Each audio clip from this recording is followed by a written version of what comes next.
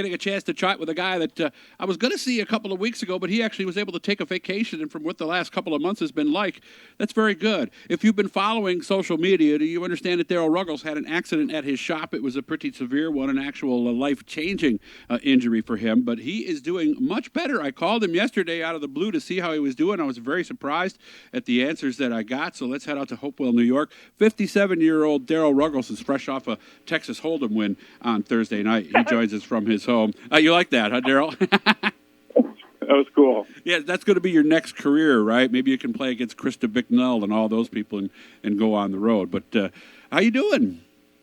Great. Yep. And that was. I don't know if I'll make any money doing the Hold'em tournament, but we usually do pretty good in the tournaments or the Hold'em tournaments. Me and Wendy went on vacation here a couple weeks ago, and I got lucky enough to win a tournament on that too. So that helped pay for some of the vacation. There you go. So next, when he retires from the body shop business, he will be on the road, World Poker Tour. So make sure to look for him down the road. So I was surprised at the answer I got yesterday because I came out and saw you a couple of weeks after the accident happened. How are you doing today? Very good. Yep. No issues other than just got to get used to the eye, but I don't know if I'm going to get any better with that other than, I'm kind of used to it now. Mm-hmm. The vision's good. Everything else is great.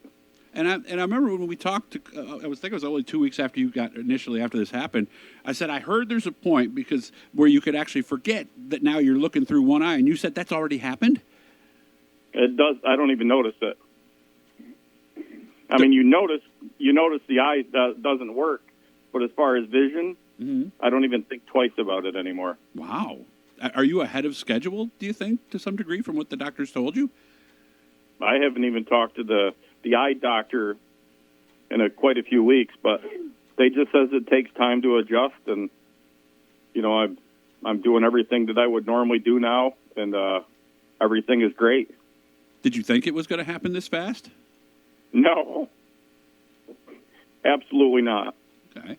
Well, let's go back a little bit because we might be ahead a little bit here for some people who maybe didn't catch this and might know Daryl from the racetrack, but you don't follow a lot of social media. What actually happened? Because this, believe it or not, was actually on your birthday? Yes. Working on a Jeep at the shop, and we had some trouble with a sandblaster, so me and Wendy went to go buy another one so that I can finish doing the job that I was doing. And short story of it, unfamiliar with that sandblaster compared to the one that I was used to. I thought I released all the air out of it, and later found out that I did not. And I unscrewed the top of the sandblaster to put more sand back in it. And the steel cap with the handle that holds all the pressure into it and fills the sandblaster with 150 pounds of pressure on it, it blew off, and it hit me right straight in the eye. So this was about at your waist when that happened, and then it just boom, just like that? Yeah, that's about the height of it was. It'd be about at my waist, and then it kind of reflected off of my hand, and then just hit me right square in the eye. What was your initial reaction? I don't know. Don't even remember, huh? I mean, it knocked me out for a brief second, and then when I came to, I seen there was blood everywhere. So I crawled in the shop yelling at the guys I needed help, and they started calling 911. And then it was quite a while before the ambulance got there, and then we were at the hospital, and there wasn't much they can do to it because I had a brain bleed. They couldn't do nothing with the eye until the brain bleed stopped, and I had a skull fracture at the same time. So we had some issues going on other than the head or the eye. Yeah, so at first they were more worried about you just even making it to tomorrow, pretty much, right? Yes, with the skull fracture and the brain bleed, yes.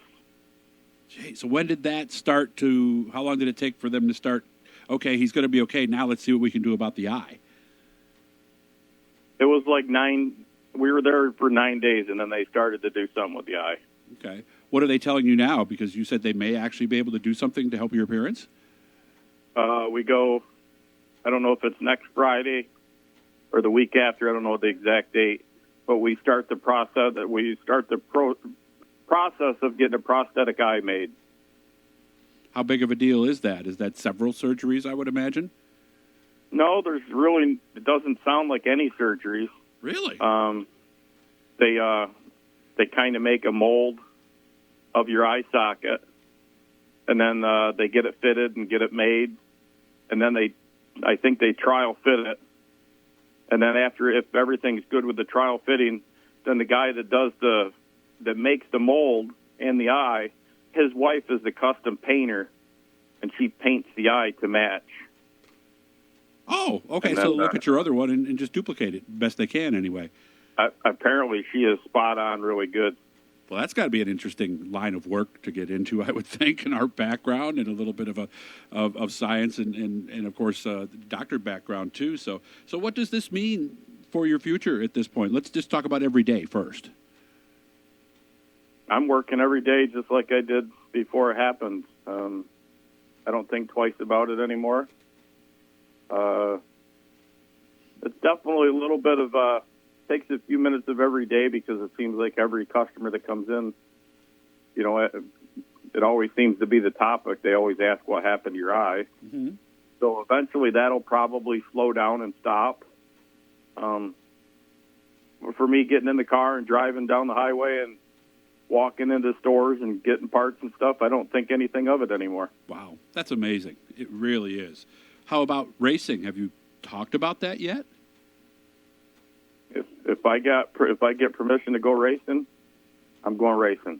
Just that simple. I'm working on my cars as if I was going to race a full season. Okay. And, of course, we got somebody else. I talked to your daughter at the banquet. There's going to be another Ruggles who's going to be really getting into racing this year. Another member of the family. Hey, he's a little young. How old is he?